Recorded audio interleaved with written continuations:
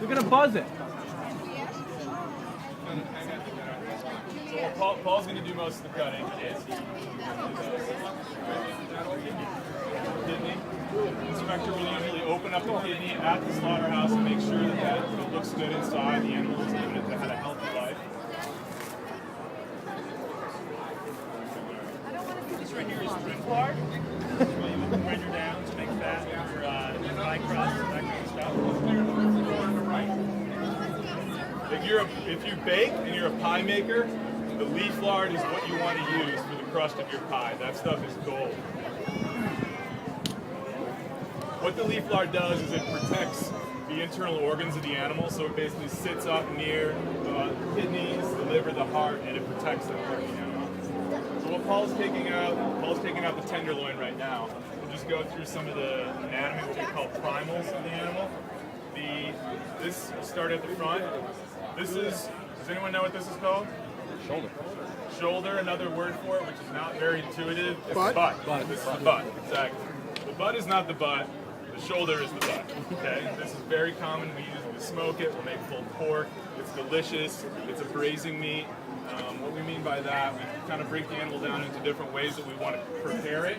And preparation is based on the type of muscle that it is and how much that muscle was used. So the more a muscle is used, the longer you're going to need to cook it, or you're going to need to braise it. You know, wet heat versus roasting, which is dry. So the big action muscles, because the animal is really putting all of its support on its front and its back legs. The middle section is the most tender, because there's really not, for anything that walks on four legs, there's really not much motion that's going on in the middle of the animal. So Paul is taking out the tenderloin, which is typically the most tender muscle on the animal, and it runs right up this back section here. So we have the butt. Right below the butt is the second primal. It's called the picnic. And then we have the loin section. These are going to be your pork chops, all the way from the rib, from the fifth rib, all the way back to here. So you have your center cut, and you're going to have the rib section of your pork chops. I like to draw some analogies to beef, because people seem to know beef a lot better. So this is going to be your ribeye right here. All this rib section right here is your ribeye. It's going to run into the loin section, which is your New York strip. Sitting right along your New York strip is what Paul just pulled out, your tenderloin. the filet mignon. Part of that is part of the filet mignon, exactly. So if you split your New York strip with the tenderloin on it, then you're going to have porterhouse or a T-bone as you get smaller and smaller. My husband is hungry.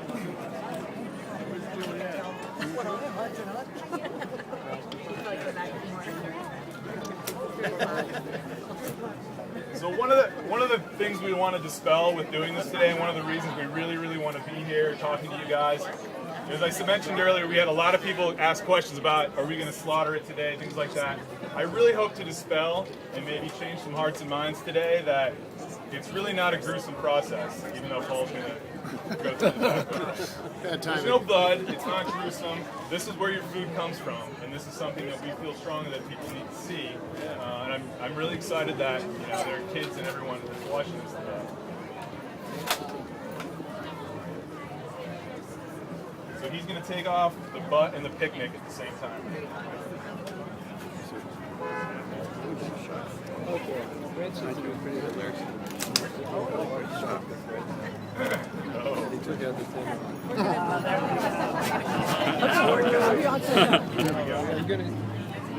So there's the butt end. That's the end of your pork chops right there. There's the start of your rib end pork chops right on the side. So what you're looking at. One thing that you're looking for when it comes in is this fat cap. This is called the fat cap or fat back or back fat. You're looking for that to be a nice. You don't want it to be too thick or there's a loss. It needs to have some thickness on it. This is perfect. You usually want an inch and a half, and it's very seasonal. Into the winter time, it's naturally going to get heavier and heavier. This is going to be a bigger piece of fat. They're on pasture all year long. This is not something that is only on pasture in the summer. Does anybody know what Paul's taking off right now? Ham. Exactly. That's the ham. Come on. So there's a lot of different things you can do with the ham. There's a lot of things you can do with everything on here. The common type of thing that you often get is you make a prosciutto out of that.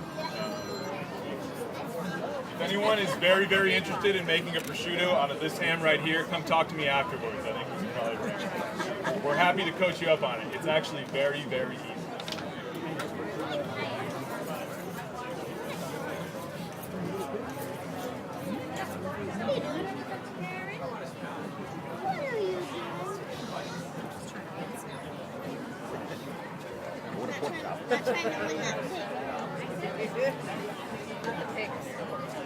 Everything but the oink.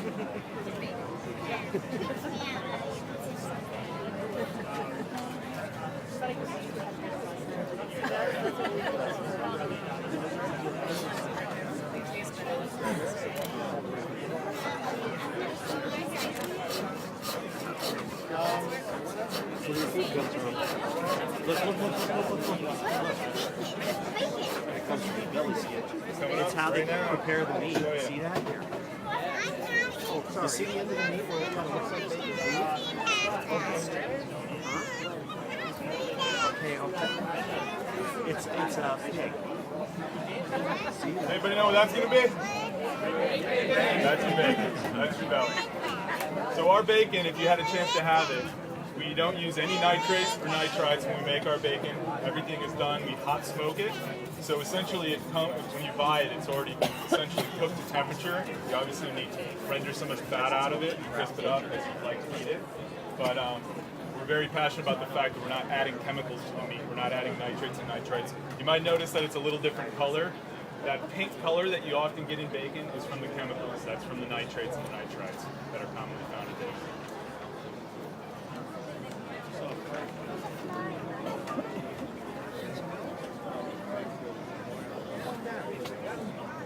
One down.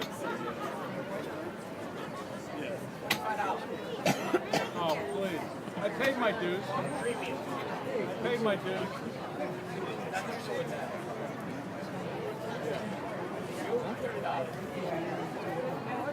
So sitting on top of the belly that we're going to cure briefly and then use to make bacon is our spare ribs.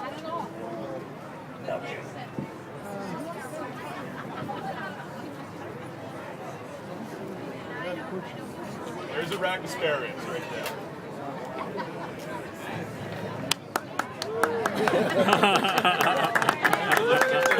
This is sitting along the belly of the animal, running up into what would be the rib eye. In this case, it's the pork chop. And what you're looking at here is what would be the skirt steak. So the skirt steak is basically the diaphragm muscle of the animal. That runs along the edge of the ribs that's holding up the diaphragm. Right underneath the skirt steak, that's hanging below the diaphragm, is what we call the hanger steak.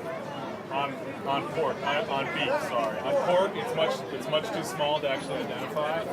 But there's only one hanger steak per animal, which is something we like to ingrain in people because you go to a lot of restaurants and they have hanger steak on the menu and they might do 50 some covers of a night. 50 animals died for those hanger steaks. One hanger steak per animal. So we like to cut our spare ribs in two different ways. This is the spare rib that comes off the belly. We'll take the spare rib off the picnic as well. Here's where you're going to get a really thick, a lot of the meat's going to come off. You see it right here. This meat is all spare ribs. So if you come into the shop, you're looking for a big, meaty spare rib, ask for the shoulder end, and we'll get you this big, thick, meaty side. Is that a St. Louis cut? Exactly. Okay. Let's go.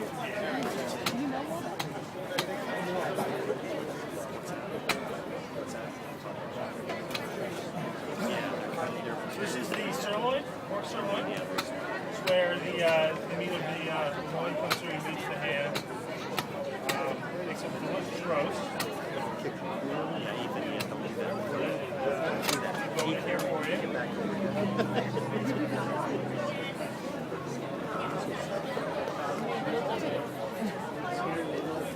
So with pork, this is something that you usually roast. It's a pretty lean muscle. It's something that's not going to take that long to cook. It's not that fatty, but it's a great roast. You might do top sirloin steaks if it were beef. You could certainly do a top sirloin pork chop out of this. What you see at the base of this here is this kind of triangular shape. That's the tri-tip. You're not going to see tri-tip on served with pork because it's very, very small. But on a beef, this tri-tip, which is a very beautiful piece of meat, very popular in California, less so here, but we're going to have that in our cases. They call it tri-tip. They call it tri-tip. It's literally a triangle. We sell it as a triangle. Yeah. Doing whole animal butchery the way that we do it, we have the flexibility to do lots of different types of cuts. And we're going to have lots of different types of things in the cases at all times. We can do different custom cuts for people, but we like to keep things a little bit different and introduce cuts that a lot of people haven't seen before as well. No, it's just, I'm gonna be too. It's just interesting seeing them look at me. You can obviously do standing rib roasts and things like that for parties. Yep.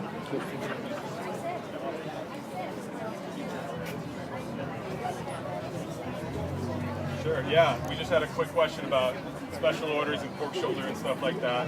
We can certainly, with lead time, we can do anything that you're looking for.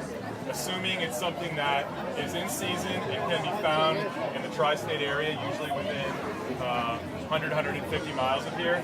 We get a lot of questions about 100% grass-fed. We do 100% grass-fed, but as we know, we live in New England, and there isn't grass on the ground to eat all year long.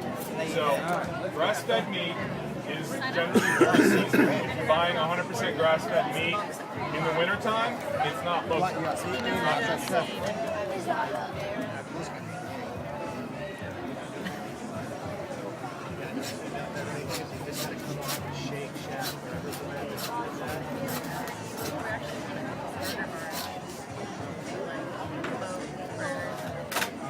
So right now he's separating the two primals, the butt from the picnic. No, even like for people, that's the thing, like I went on the website and trying to figure out. Do you have both shoulders in the case? More shoulders? Absolutely. What's that? Yeah, no, this is the website. It's going to be great. Usually, we don't usually get that.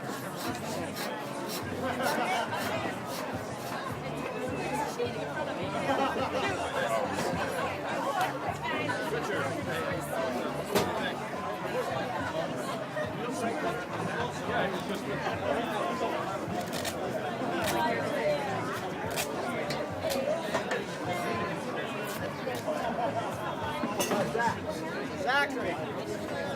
So while I'm cutting, I'm not necessarily just cutting through the flesh, but there are natural seams in the animal that follow. And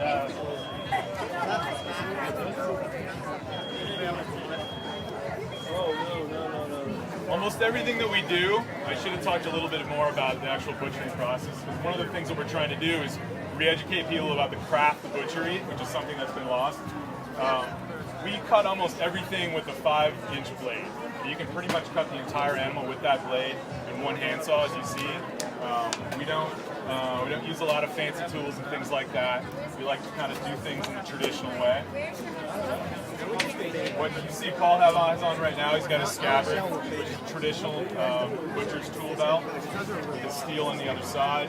And we always, when we're cutting, we always wear the stainless steel mesh apron, which you don't necessarily see a lot of, but it's protected us in many instances. When you're working with knives all day long, things happen. And to have that kind of covering your major areas is really, really necessary. We have 10 fingers, both of us. So yeah, there's your other spare ribs. We call country style ribs. Lots of different names for it. Paul just took off the top of it. Very popular in the South is rib tips.